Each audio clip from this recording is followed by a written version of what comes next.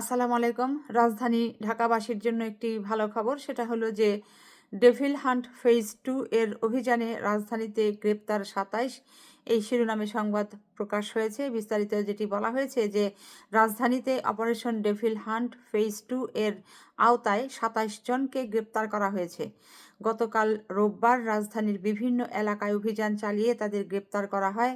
এই অভিযানে বংশাল থেকে ৪ জন, কলাবাগান থেকে ৪ জন, শেরেবাংলা নগর এলাকা থেকে ৩ জন এবং মুগদা থানা এলাকা থেকে ১৬ জনকে গ্রেপ্তার করা হয়েছে। এই মোট ২৭ জন সন্ত্রাসী গ্রেপ্তার হয়েছে। ধন্যবাদ জানাচ্ছি ঢাকায় যারা দায়িত্বরত আছেন পুলিশ বিভাগের, আপনাদের সকলকে।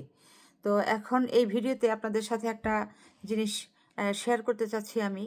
সেটা হলো যে আমি যখন ঢাকাতে চলাফেরা করতাম তখন কোথাও একটা আত্মীয় স্বজনের বাসায় একটা দাওয়াত ছিল, সেখানে যাচ্ছিলাম সিএনজিতে করে।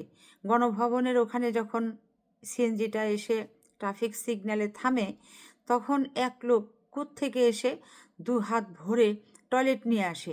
এসে বলে যে টাকা পয়সা কী আছে দিয়ে দাও, না হলে এই গু তোমার শরীরে ফেঁকে দেওয়া হবে। তো আমি কি করলাম, যাতে গুটা ফেঁকে না দেয় এজন্য তাড়াতাড়ি ব্যাগটা খুলে টাকা যা ছিল দিয়ে দিলাম। তারপর সে লোকটা চলে গেল।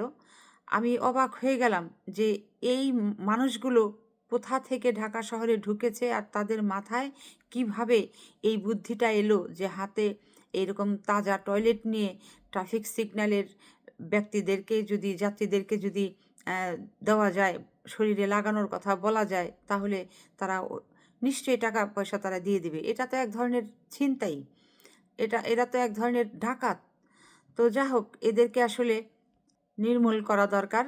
সেই সাথে ঢাকায় শ্যামলীর যে ট্রাফিক সিগন্যালটা আছে, ওখানে যারা রিকশায় বসে থাকে কিংবা সিএনজিতে বসে থাকে, তারা কিন্তু খুব ছিনতাইয়ের সম্মুখীন হয়।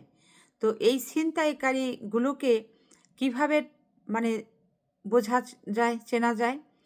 এটা হলো শ্যামলীতে যে ব্রিজটা আছে, ওভারব্রিজ, ওইখানে যদি দাঁড়িয়ে তাকিয়ে থাকা যায়, তাহলে কে খারাপ উদ্দেশ্য নিয়ে ওই রাস্তায় দাঁড়িয়ে আছে যে সিগন্যাল পড়লেই টান দিবে, তাদেরকে ধরাটা কঠিন কিছু না।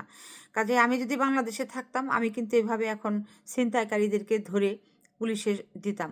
কাজে আপনারা যারা আছেন, আপনাদের প্রতি একটি বিনীত অনুরোধ, হয়তো একটু সময় লাগবে, হাতে ১ ঘন্টা সময় নিয়ে বের হয়ে ২-৪টা এরকম ছিনতাইকারী ধরে পুলিশের হাতে সোপর্দ করুন।